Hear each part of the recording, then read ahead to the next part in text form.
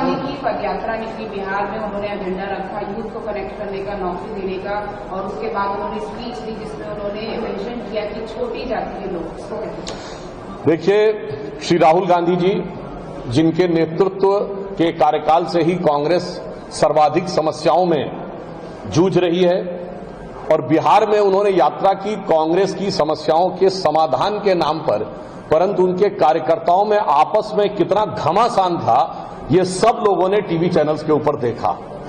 परंतु इसी के साथ उन्होंने बिहार की जनता का जो अपमान किया है वह अक्षम्य है। श्री राहुल गांधी जी ने अपने वक्तव्य में कहा कि जो छोटी जाति है, इन्वर्टेड कॉमा में कह रहा हूं, फिर आगे उन्होंने कहा ओबीसी ईबीसी।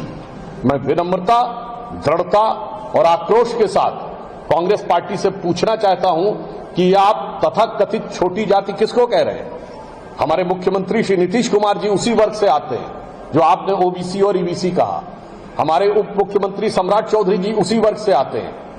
हमारे अनेक नेता जो पूर्व में बिहार में उप मुख्यमंत्री रहे हैं, चाहे स्वर्गीय सुशील कुमार मोदी जी हों, तारकेश्वर जी हों, रेणुका जी हों, अन्य नेता, मैं पूछना चाहता हूं राहुल गांधी जी से, ठीक है आपके खानदान की बहुत लंबे समय तक हुकूमत रही होगी, आप अपने को बहुत ऊंचा समझते होंगे, ब्लू ब्लड समझते होंगे, परंतु यह शब्द छोटी जाति यूज करना और उसके बाद ओबीसी ईबीसी बोलना, यह साफ दर्शाता है कि वो कांग्रेस पार्टी जो अपने सत्ता काल में कभी जिसने जातिगत गणना और सर्वेक्षण नहीं कराया, वो आज जो जोर जोर से ये विषय बोलती है, हकीकत में उसके दिल में पिछड़ी और अति पिछड़ी जातियों के लिए किस प्रकार का विद्वेष, वैमनस्य और विष भरा हुआ है, वो अनायास श्री राहुल गांधी जी के मुंह से सामने आ गया। मुझे लगता है कि इसके बाद कांग्रेस का वास्तविक चरित्र,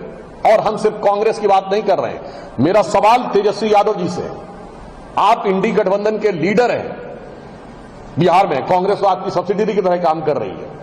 मैं पूछना चाहता हूं श्री तेजस्वी यादव जी से, आपकी तो वो पार्टी थी जिसने दलित समाज को नगर निकायों और जिला पंचायतों में लंबे समय तक आरक्षण नहीं दिया था, जो एनडीए की सरकार आने के बाद मिला। मैं तेजस्वी यादव जी से और इंडी गठबंधन से पूछना चाहता हूं कि राहुल गांधी जी ने जो ये शब्द बोला है कि छोटी जाति, जैसे ईबीसी और ओबीसी, उसके ऊपर तेजस्वी यादव जी का क्या कहना है? और ये दिखाई पड़ता है कि जो गरीब गुरबा के नाम पे सत्ता में आए और उनका परिवार आज बिहार का सबसे अमीर परिवार हो गया है, शायद वो भी दिल ही दिल में आज राहुल गांधी की मानसिकता के साथ हो गए हैं और इसीलिए उन्होंने इस पर मौन धारण किया हुआ है।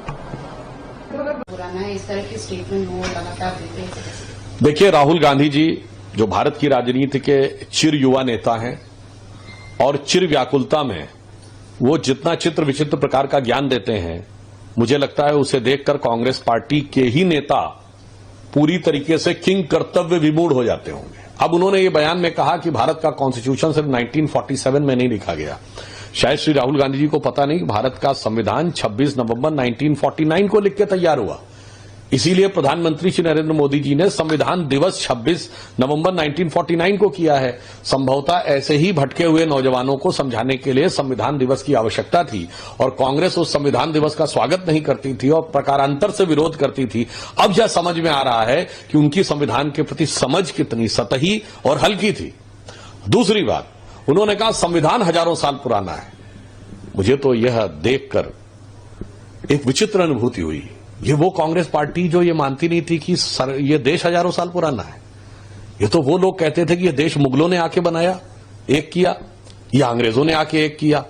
कम से कम राहुल गांधी जी के मुंह से अगर यह अज्ञानतावश भी निकला है कि वह संविधान जो 1949 26 नवंबर को बनकर तैयार हुआ, 26 जनवरी 1950 को लागू हुआ, उसके बारे में वो कह रहे हैं कि हजारों साल पुराना है। मगर इतना जरूर मैं कहना चाहूंगा, ये देश हजारों साल पुराना है। और प्रधानमंत्री श्री नरेंद्र मोदी जी ने जब अमृतकाल की बात कही थी तो उन्होंने क्या कहा था?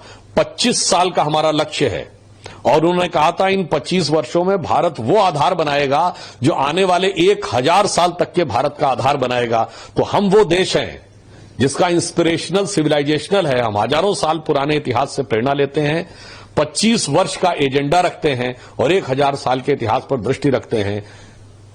कांग्रेस की सोच और कांग्रेस का जो कंफ्यूजन है वो कांग्रेस पार्टी की नीतियों से लेकर अब राहुल गांधी के बयानों तक में दिखने लगा है।